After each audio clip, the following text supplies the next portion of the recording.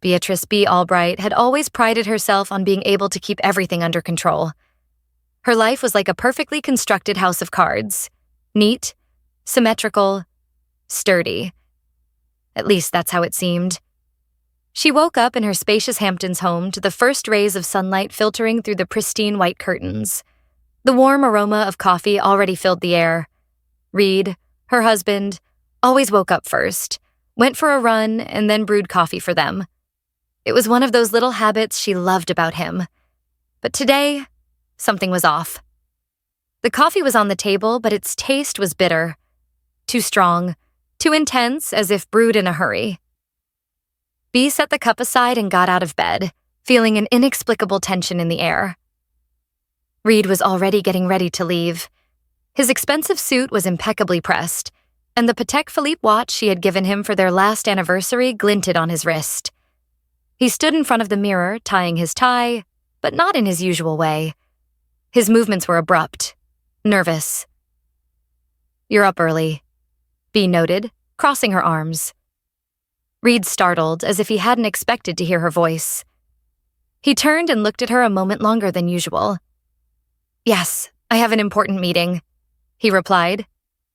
A meeting. That word had been repeated too often lately. Bea watched him as he adjusted his cuffs. Something about his face seemed unfamiliar. It was as if she were looking at a man she had lived with for 10 years but didn't really know. "Where?" she asked, trying to keep her voice light. "At the office, of course," he replied too quickly. She didn't ask any more questions. Not yet. When the door closed behind him, Bea sat on the edge of the bed. She wanted to attribute this feeling to ordinary anxiety, but her intuition whispered otherwise. She looked at her phone. No messages from him. No missed calls, although he used to always send her something. Even if it was just a simple, "I love you." She went to the living room, automatically wiping dust off the glass table, then sat down at her laptop. More out of habit than with any specific intention, she logged into her banking app, and her breath caught. Usually, the numbers in the account calmed her. She meticulously tracked their finances, knew every expense, every investment. But now the balance had changed. A significant amount had disappeared from their joint account. She blinked, reviewing the numbers. The transaction had been made late last night, and it wasn't some standard debit, but a transfer to an unknown account. Something tightened in her chest. "Don't panic," she told herself. "Maybe it's related to Reed's work." But why hadn't he told her? She opened the transaction history and began scrolling through the transfers, and then she discovered something else. Not one transfer. Several. Each one, over the past couple of months. And each one to the same account. Her hand trembled as she clicked on one of the transactions, reviewing the details.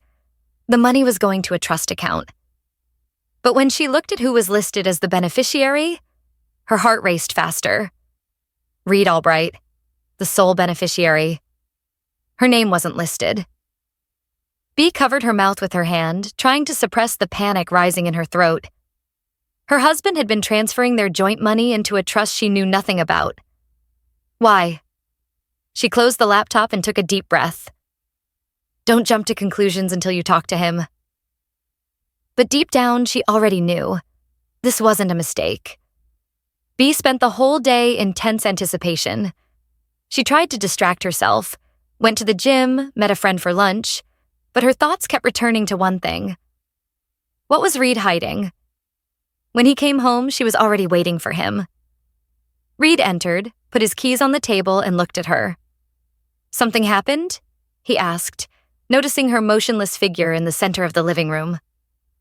"Where were you today?" Bea asked directly. He frowned. "I told you, at the office." She nodded, then went to the side table, took out her laptop, opened it, and turned the screen to him. "Then explain this." Reed looked at the numbers on the screen, and his expression changed. A slight shadow passed over his features, but he quickly composed himself. "Are you spying on me?" His voice was cold. Bea crossed her arms. "No, I was just checking our accounts. That's normal since we're married, right? He was silent. Reed, she said, feeling her voice tremble. Why was the money transferred to an account I knew nothing about? Why am I not in this trust? She expected him to start justifying himself immediately, but he just wearily rubbed the bridge of his nose. Because it's safer that way, he finally said. Safer for whom? Bea was getting angry. Reed took a deep breath as if trying to choose the right words. It's complicated. Just trust me, Bea. It's in our best interest. She shook her head. No, Reed. It's in your best interest, not ours. He looked at her, and something flashed in his eyes that she had never seen before. Pity. And that was even scarier than the lie. Bea, he began, but she already knew. She knew that something between them had broken, and perhaps it was beyond repair. Where does the line between trust and betrayal lie? And does a person realize when they cross that line? Bea felt that the answer to this question was closer than she was ready to admit. The evening descended on the city, bathing the streets in the soft light of the street lamps. Stephanie sat by the window of their apartment, holding a glass of red wine in her hands, but not taking a single sip.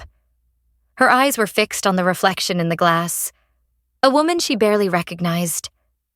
After the events of that morning when she stumbled upon that bank statement, a cold lump had settled in her soul. She hadn't said a word to Declan yet. She was waiting for the moment when she could look him in the eye and see the truth there. But something had changed. Over the past few days, Declan had been different. He came home late from work, avoided meeting her gaze, and his phone never left his hand. She noticed how he sometimes hid the screen, how he abruptly ended calls if she was nearby. You're just imagining things, Stephanie tried to convince herself, but that lie no longer worked. She quietly set the glass on the glass table, went to the coat rack, and threw on a light coat. She knew where to find the answers. 15 minutes later, she was standing in the dim light of the parking lot next to the building where Declan worked. Her heart was pounding so loudly that it seemed to fill the entire car. She saw him come out of the office, but he wasn't alone. Next to him walked a woman, tall, striking, with chestnut hair pulled back in a careless bun. They spoke softly, but their body language said more than words. Stephanie felt her palms clench into fists. She didn't get out of the car. She just watched, memorizing every detail, absorbing every second of what was happening. She didn't make a scene. She didn't rush over to him with accusations. Number she sat in the shadows, waiting. Later, when Declan came home, his face was perfectly calm. Tired from work, he said, taking off his coat and kissing her on the cheek. Stephanie closed her eyes. Inhale. Exhale. Yes, dear, she replied with a slight smile. I made your favorite dinner. He had no idea. He didn't even suspect. But inside her, a countdown had already begun. Later that night, when Declan fell asleep, Stephanie sat in the darkness of the bedroom, holding his phone in her hands. Password. She knew it. He never changed it. Touching the screen, she quickly entered the numbers. Her heart was racing, but her hands didn't tremble. It took her less than a minute to find their correspondence, and even less time to understand the whole truth. She scrolled through the messages, thousands of words written not for her. Words of love, promises, meetings in hotels, future plans. Her breathing became hoarse. This wasn't just a fleeting affair. This was another life, one in which she had no place. Stephanie put the phone back on the nightstand and quietly went out onto the balcony. The night was cold. The biting wind stung her skin, but she felt nothing.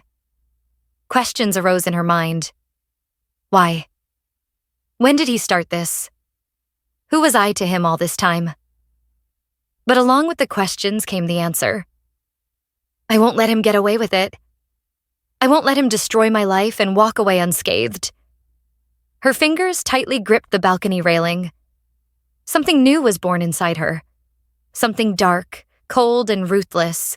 And this was just the beginning. Stephanie woke up earlier than usual. Outside the window was darkness. Only the first glimmers of dawn blurred the outlines of the city. She hadn't slept all night, replaying in her mind every detail. The messages, the glances, the hidden calls. Everything in her mind merged into a single, continuous pattern of deception and betrayal. She looked at Declan, who was sleeping next to her, his breathing even and calm, as if nothing had happened. "You thought you could keep this up forever?" She thought bitterly. She carefully got out of bed, her legs feeling like cotton, but inside her, steel burned. This morning was the beginning of the end. She went into the bathroom, closed the door, and looked in the mirror. The woman looking back at her was different. She was not the one who forgives. She was not the one who turns a blind eye. She was not the one who would let him walk away unscathed. In the kitchen, Stephanie prepared breakfast. "Do you have a busy day today?" she asked, handing him coffee. Declan tensed slightly but quickly hid it behind his signature fake smile. "Yes, meetings with clients, then a late dinner with partners." A lie. She smiled softly, gently running her fingers over his arm. "You work so hard. I'm proud of you." He looked at her, suspecting nothing. He didn't even notice that the game was no longer in his hands. When he left, Stephanie took her phone. She was no longer the woman who just watches. Now she was taking action. She began gathering information. She found out the addresses of the hotels where they met. She found her profile. The woman with chestnut hair. Too confident. Too foolish. She saw the bank transfers. The money that disappeared from their account went to her gifts, her lavish dinners. She was discovering a world that existed parallel to her life. A world in which her husband was called not just Declan, but my love, mine, only yours. These words were like blades, but she didn't cry. She was stoking the fire inside. "You thought this would remain a secret? You thought I would never find out? You thought you could destroy me and walk away unscathed?" A few days later, Stephanie knew everything.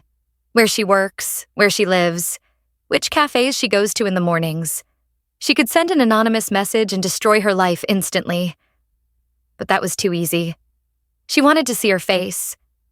Stephanie chose the right morning, the right cafe. She sat at a table, watching as the woman ordered a cappuccino. Chestnut hair, manicured nails, smooth skin. She looked just as flawless as her lie. Stephanie approached her. "Excuse me, do you have a lighter?" The woman smiled. "Oh, I don't smoke." "I know," Stephanie whispered, leaning closer. "But you'll have to light something to burn your own life down." The woman paled. She understood. Stephanie leaned even closer, their faces just inches apart. "Declan," she said his name slowly, savoring each letter. "How do you like stealing other people's lives?"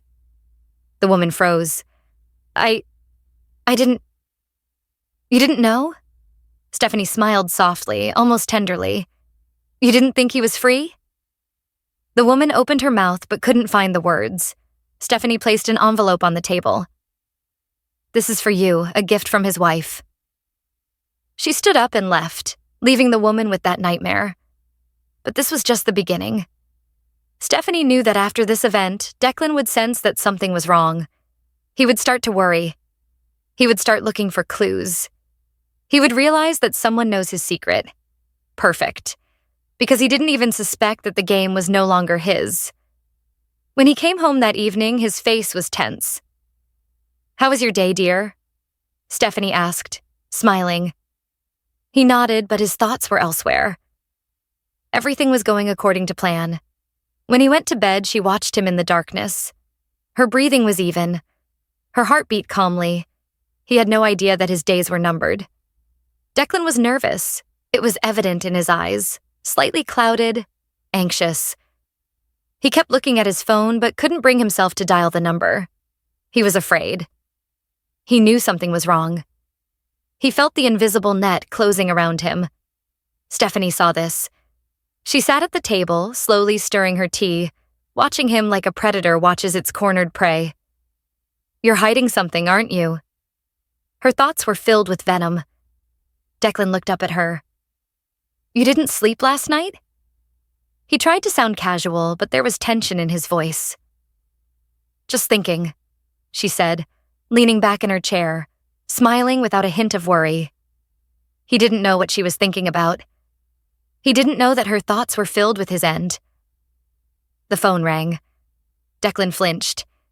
He had been expecting this. He was afraid of this, but he couldn't ignore it. Stephanie watched him intently. "Darling, aren't you going to answer?" He frowned, clutched the phone in his hand, but eventually slowly picked up the receiver. "Hello?" His face changed instantly. His eyes widened, his pupils constricted. He heard something he hadn't expected. Something that shattered his world. "What? Who?" His voice trembled. Stephanie watched as his skin paled, as he clenched his jaw, as his hands trembled. "You've lost, Declan." He slowly put down the receiver and looked at her. I need to go to the office." "Oh, really? The office? Or are you rushing to save what's left of your double life?" "Of course." Stephanie smiled softly, unblinkingly. "I hope it's nothing serious." He swallowed. "No, just some problems." She tilted her head. "You look tense." "Everything's fine," he forced out and grabbed his jacket. He was lying, but now his lie didn't work, because the game was no longer his. As soon as the door closed behind him, Stephanie took her phone. The message was already prepared. "So, did he look scared?" The reply came within 10 seconds. Like a child caught in a lie. She smirked. The first stage was complete. His world had begun to crumble. And the most interesting part was yet to come. Declan drove fast, his fingers white from gripping the steering wheel. He was looking for a way out. He was looking for an explanation. But there was none. Everything he had was terror. He understood. Someone had found the evidence. His accounts. His correspondence. His secret meetings. Everything he had so carefully hidden. And now someone was playing against him. He entered the hotel, quickly walking to the lobby.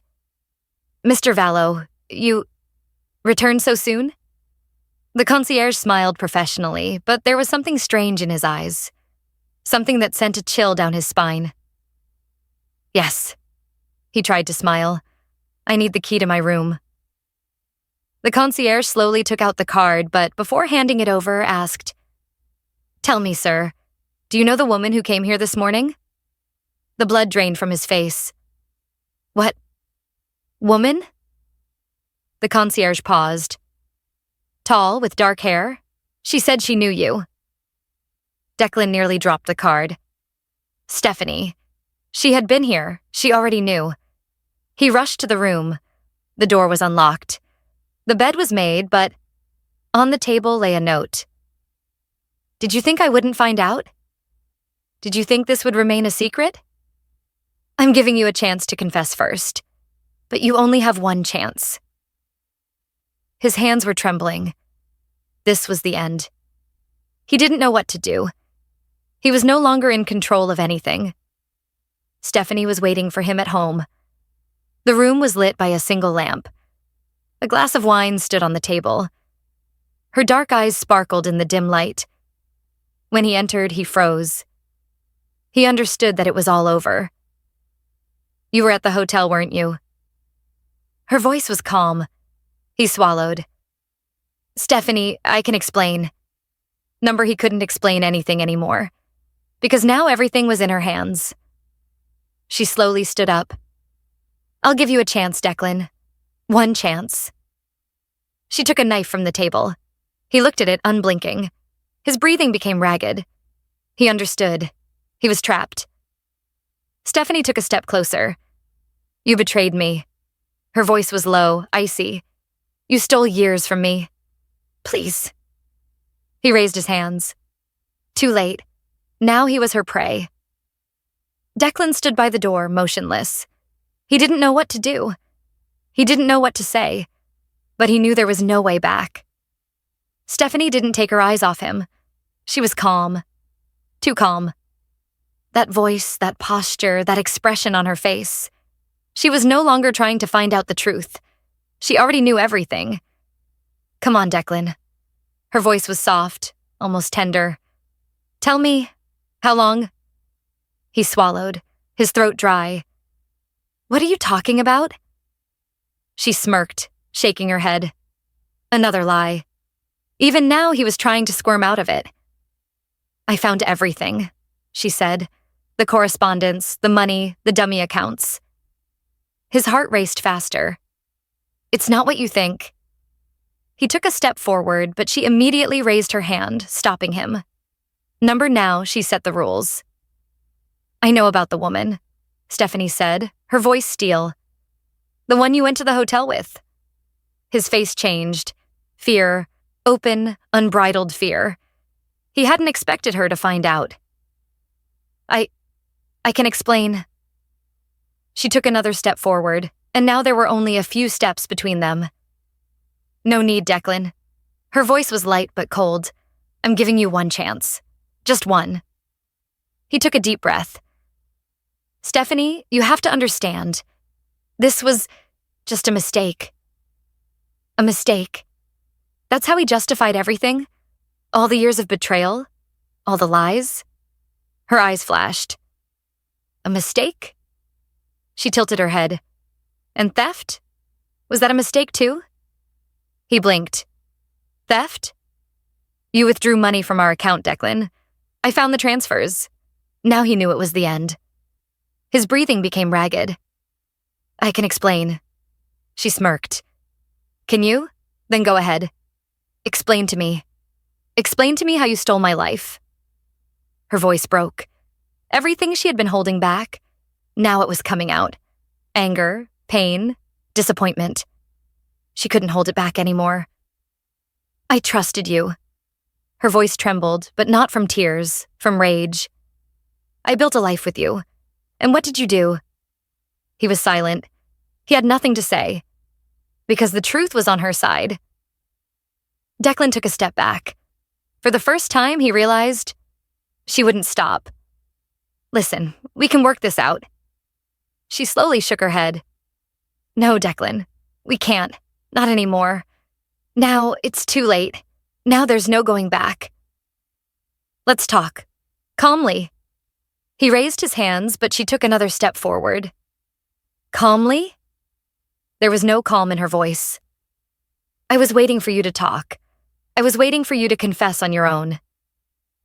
But he never would have. He would have lied to the end, until everything collapsed on its own. Now she knew.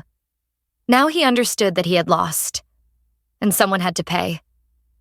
Declan closed his eyes. Steph, please. She laughed.